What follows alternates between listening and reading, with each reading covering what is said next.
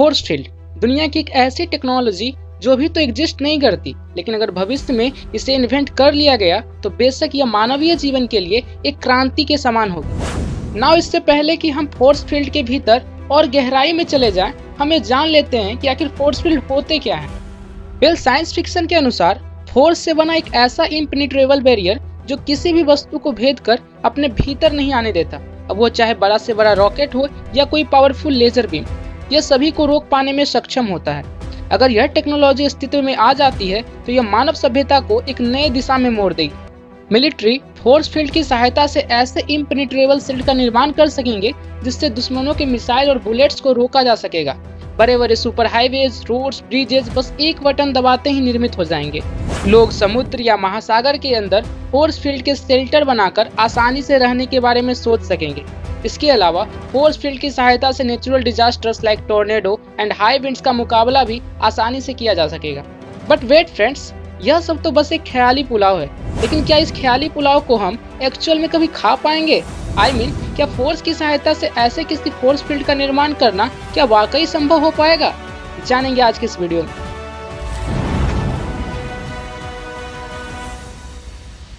Now friends, force field का concept 19th century के great British scientist Michael Faraday द्वारा दिया गया था, जब वे इलेक्ट्रोमैग्नेटिज्म के कॉन्सेप्ट पर काम कर रहे थे। उनके अनुसार इलेक्ट्रिसिटी या मैग्नेट के अराउंड जो भी खाली स्पेस होते हैं वे एक्चुअल में खाली नहीं होते, बल्कि वहां होते हैं उनके फोर्स फील्ड जो डिजायर्ड ऑब्जेक्ट पर कुछ फोर्स एक्सर्ट करते रहते हैं। उनके इस फोर्स फील्ड के कॉन्सेप्ट से खुद एल्बर्ट आइंस्टीन इतने इंस्पायर्ड हुए कि उन्होंने थ्योरी ऑफ ग्रेविटी को फोर्स फील्ड के टर्म्स में लिख दिया था। नाउ चलिए अब बारी बारी से यूनिवर्स के फोर्सेस को खंगालते हैं और देखते हैं कि क्या इनमें से कोई हमें फोर्स फील्ड शील्ड बनाने में मदद कर पाएगा। वेल, हमारे यूनिवर्स में 4 फंडामेंटल फोर्सेस का राज चलता है, that is gravity, electromagnetism and weak and strong nuclear forces. चलिए अब बारी बारी से इनसे मदद मांगकर देखा जाए। Number 1, mister gravity. मिलिए मिस्टर ग्रेविटी से जिसने हम सभी को अर्थ पर थामे रखा है। अगर ये आपको छोड़ दे तो आप 1000 माइल्स पर आवर की स्पीड से सीधा ऊपर स्पेस टूरिज्म पर निकल जाओगे। यह हमारे सर ग्रेविटी की ही कृपा है जिसकी वजह से यूनिवर्स के सारे प्लैनेट्स, स्टार्स और गैलेक्सी के बीच तालमेल बना रहता है। हाँ, पर ये होते बहुत कमजोर है, इतने कमजोर कि एक फीदर को अट्रैक्ट करने के लिए इन्हें लगभग एक प्लैनेट के आकार के ऑब्जेक्ट की आवश्यकता पड़ती है, और उस फीदर को अपनी उंगली पर लिफ्ट करके आप बड़े ही आसानी से इनके फोर्स को काउंटरैक्ट भी कर सकते हो। ग्रेविटी एक अट्रैक्टिव फोर्स होता है, ना कि रिपल्सिव। साथ ही यह काफी बड़ी एस्ट्रोनॉमिकल दूरी तक वर्क करता है, तो इसे किसी एक प्लेन में फोकस करना तो लगभग इम्पॉसिबल ही मालूम पड़ता है। तो लगता है कि फोर्स फील्ड के लिए हमें इनसे कोई मदद नहीं मिलने वाली।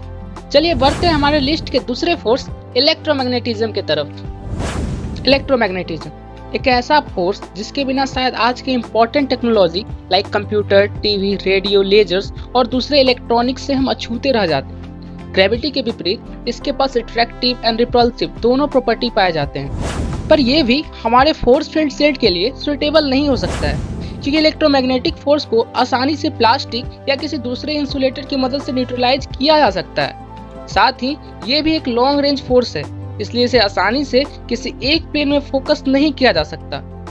तो इसका मतलब यहाँ भी हमारे लिए कुछ नहीं है। चलिए बढ़ते हैं हमारे लिस्ट के बाकी 2 और फोर्सेस की तरफ। These are weak and strong nuclear forces. Well, weak nuclear force radioactive decay से प्रोड्यूस होते हैं। ये नेचर के सबसे वीक फोर्स होते हैं। वहीं स्ट्रॉन्ग न्यूक्लियर फोर्स वो फोर्स है जो प्रोटॉन्स और न्यूट्रॉन्स को एक साथ बांधे रखता है। यह दुनिया का सबसे स्ट्रॉन्ग फोर्स होता है, लेकिन यह बहुत ही छोटी दूरी, लगभग 1 न्यूक्लियस जितनी दूरी पर एक्ट करता है। इस फोर्स को मैनिपुलेट करना बहुत ही मुश्किल काम होता है।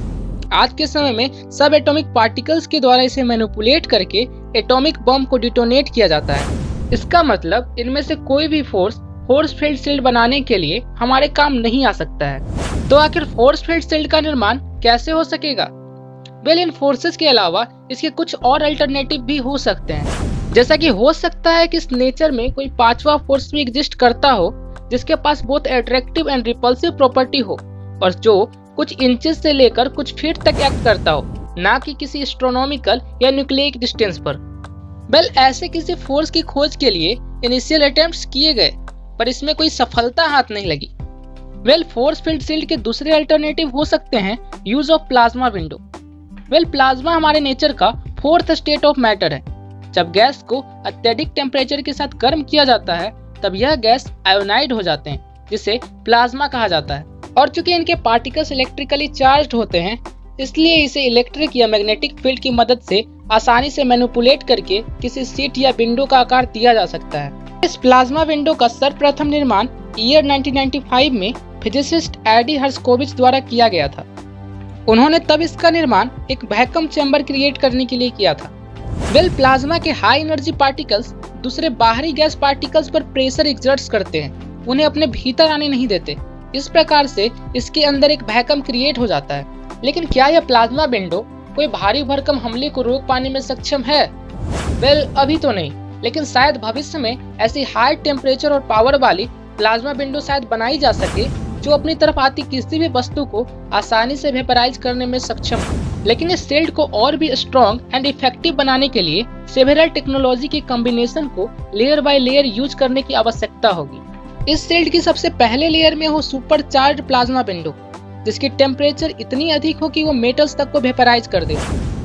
इस शील्ड की दूसरी लेयर में हो एक curtain of high energy laser beam, जो अपने भीतर से पास हो रही किसी भी वस्तु को गर्म करके आसानी से वेपराइज कर दे।